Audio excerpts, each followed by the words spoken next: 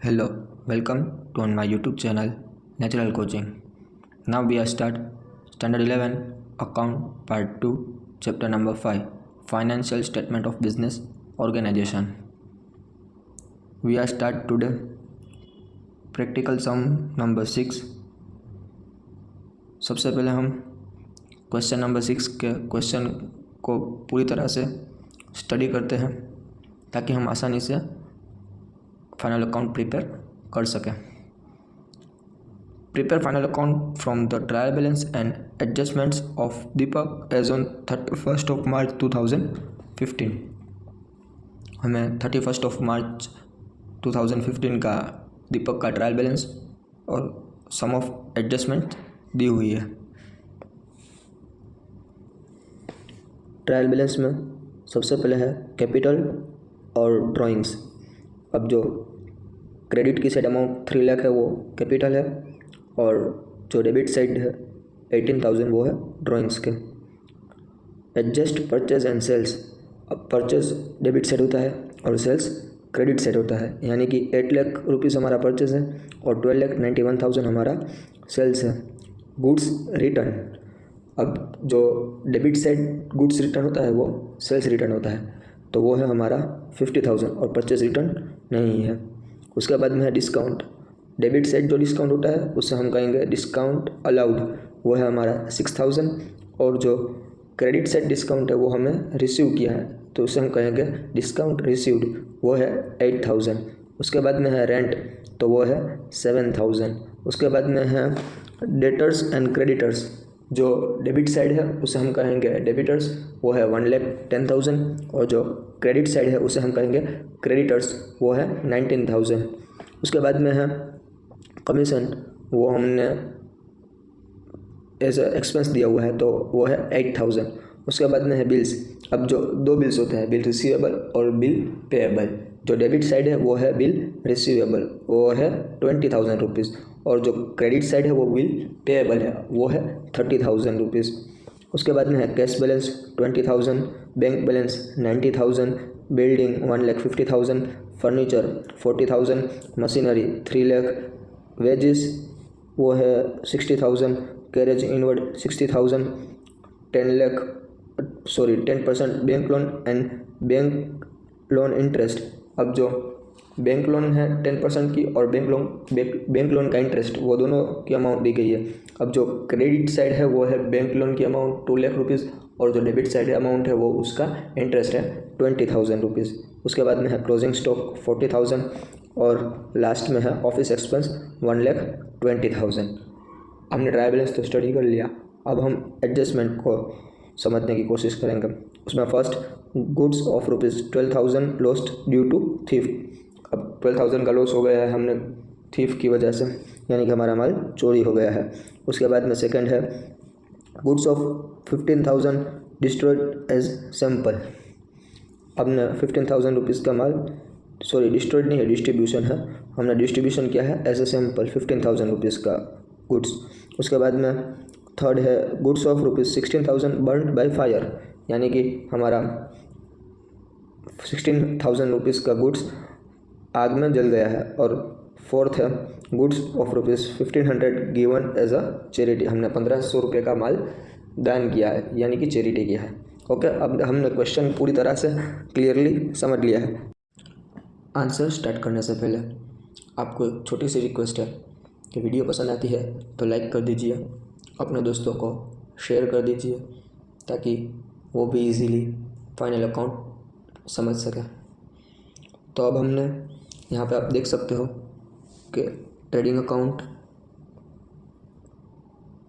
Profit and loss account और balance sheet prepare कर लिया है. अब हम उसमें सारी एंट्रीज ट्रांसफ़र करेंगे. तो आइए स्टार्ट करते हैं. क्वेश्चन में जो सबसे पहले है कैपिटल और ड्राइंग्स. अब जो क्रेडिट साइड की अमाउंट है 3 लाख रुपीज़, वो है हमारी कैपिटल, यानी कि ओपनिंग बैलेंस. उसमें जो डेबिट साइड है वो है हमारी ड्राइंग्स, वो कितना है 18,000. उसे हम ओपनिंग बैलेंस यानी कि कैपिटल में जो प्रॉफिट आएगा वो ऐड करेंगे और उसको हम माइनस करेंगे, वो हम ये सम के लास्ट में करेंगे। अब आगे है परचेज और सेल्स, तो उसकी हम एंट्री ट्रेडिंग अकाउंट में देंगे। परचेज ट्रेडिंग अकाउंट की कौन सी साइड आएगा? Debit side. कितनी अमाउंट है? 8 लाख रुपीज़। और जो क्रेडिट साइड अमाउंट है 12,91,000, वो है हमारा सेल्स। उसके बाद में है गुड्स रिटर्न, तो जो डेबिट साइड रिटर्न है उसे हम कहेंगे सेल्स रिटर्न। और सेल्स रिटर्न को या तो हम डेबिट साइड नोट कर सकते हैं या तो सेल्स में से माइनस कर सकते हैं। हमने यहाँ पे सेल्स में से माइनस किया है सेल्स रिटर्न को, और जो 12,91,000 है उसमें से 50,000 को माइनस करके नेट अमाउंट आती है 12,41,000। क्लियर? उसके बाद में है डिस्काउंट। अब डिस्काउंट दोनों है, रिसीव भी किया है और अलाउ भी किया है, तो उससे हम कहाँ नोट करेंगे? तो प्रॉफिट एंड लॉस अकाउंट में। अब जो डिस्काउंट अलाउड है उसको हम प्रॉफिट एंड लॉस अकाउंट में जो सेल्स डिस्ट्रीब्यूशन रिलेटेड एक्सपेंस है उसके अंडर में डिस्काउंट अलाउड लिखना है ₹6,000, और डिस्काउंट रिसीव किया है उसे हम क्रेडिट की साइड नोट करेंगे। ऊपर 2-4 लाइन हम छोड़ देंगे ताकि हम आसानी से जो प्रॉफिट आए तो उसे हम यहाँ ट्रांसफ़र कर सकें। और डिस्काउंट रिसीव किया है वो कितना है? 8,000 रुपीज़। क्लियर? आगे है रेंट, तो हम रेंट को भी प्रॉफिट एंड लॉस अकाउंट में डेबिट साइड पर बट एडमिनिस्ट्रेटिव एक्सपेंस के अंडर में नोट करेंगे। अमाउंट कितनी? 7,000। उसके बाद में है डेबिटर्स और क्रेडिटर्स। बैलेंस शीट में हम उसे नोट करेंगे। डेबिट साइड है वो अमाउंट डेबिटर्स की है और क्रेडिट साइड अमाउंट है वो है क्रेडिटर्स की है। तो अब हम बैलेंस शीट की एसेट्स की साइड डेबिटर्स अमाउंट 1,10,000 और लायबिलिटीज़ की साइड क्रेडिटर्स अमाउंट 90,000 नोट किया। उसके बाद में है कमीशन, तो कमीशन को हम कहाँ नोट करेंगे? प्रॉफिट एंड लॉस अकाउंट में। कौन से हेडिंग के अंडर में? तो आएगा सेल्स डिस्ट्रीब्यूशन के एक्सपेंस के अंडर में। अमाउंट कितनी कमीशन की है? 8,000 रुपीज़। क्लियर? अब आगे बात करते हैं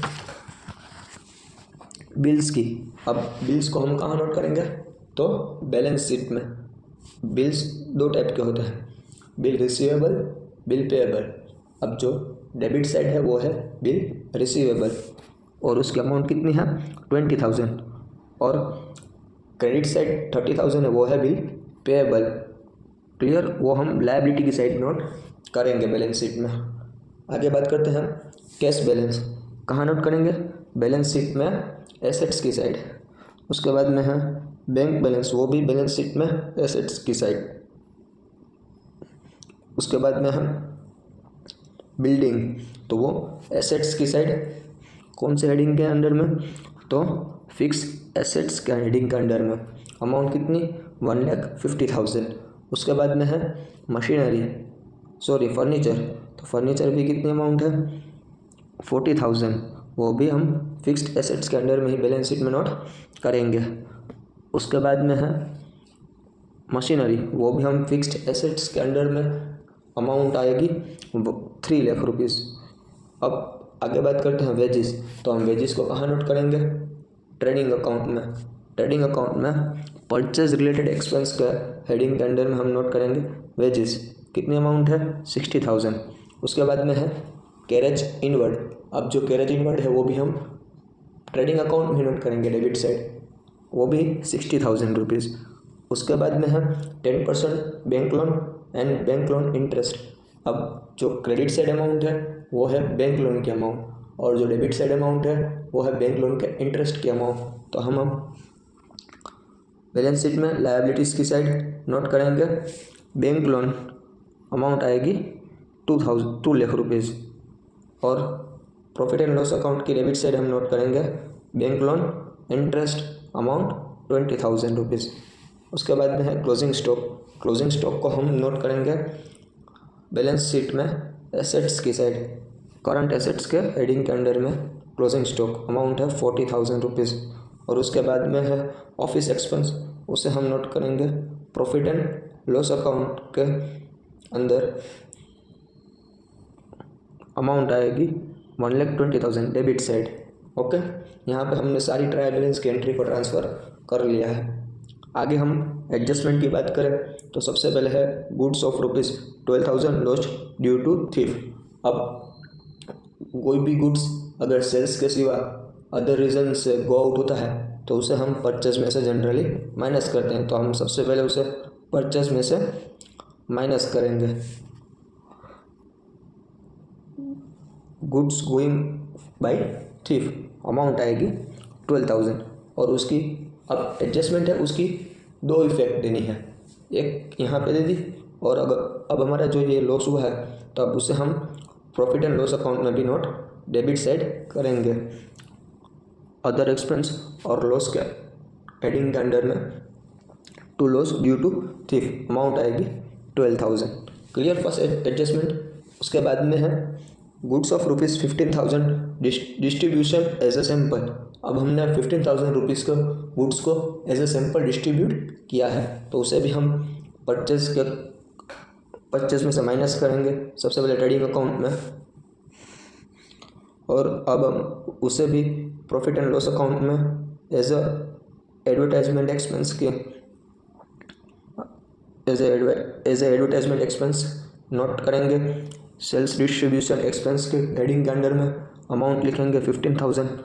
उसके बाद में है goods of ₹16,000 burned by fire, यानी कि हमारा 16,000 रुपीज़ का जो गुड्स जल गया है तो बर्न्ड हो गया है तो उसको भी हम सबसे पहले परचेज में से माइनस करेंगे ट्रेडिंग अकाउंट में। और अब उसकी दूसरी effect profit and loss account में अदर एक्सपेंस और लॉस के टाइटल के अंडर में to loss due to fire amount 16,000। और जो लास्ट की एडजस्टमेंट है goods of ₹1,500 given as a charity, तो उसे भी हम ट्रेडिंग अकाउंट में से सबसे पहले परचेज में से माइनस करेंगे। और अब हम परचेज में से सारे के सारे रीज़न से जो गुड्स गो आउट हुआ है उसे माइनस करके जो नेट अमाउंट परचेज की आती है वो है 7,55,500। और अब उनसे जो चैरिटी किया था उसके दूसरी इफेक्ट हम उसे प्रॉफिट एंड लॉस अकाउंट की डेबिट साइड अदर एक्सपेंस और लॉस के हेडिंग के अंडर में नोट करेंगे। ये हुई सारी एंट्रीज। अब हम अकाउंट को यानी कि स्टेटमेंट में क्लोजिंग करेंगे सब स्टेटमेंट की। सबसे पहले हम ट्रेडिंग अकाउंट की क्लोजिंग करेंगे। तो ट्रेडिंग अकाउंट का डेबिट साइड या क्रेडिट साइड, तो क्रेडिट साइड का टोटल ज़्यादा आता है 12,41,000। उसमें से हम डेबिट साइड के टोटल को माइनस करेंगे तो ग्रॉस प्रॉफिट आता है वो है 3,65,500। उसे हम प्रॉफिट एंड लॉस अकाउंट की क्रेडिट साइड ट्रांसफ़र करेंगे।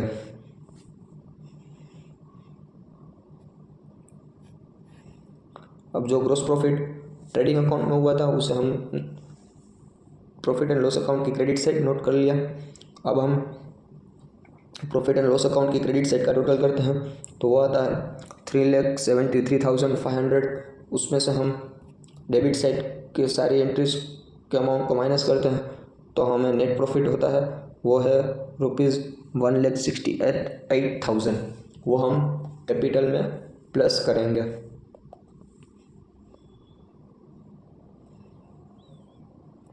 जो ओपनिंग बैलेंस यानी कि हमारी जो कैपिटल है उसमें हमने नेट प्रॉफिट को ऐड किया तो कैपिटल प्लस नेट प्रॉफिट तो टोटल अमाउंट आती है 4,68,000। उसमें से हमने ड्राइंग्स को माइनस किया तो अमाउंट आती है 4,50,000।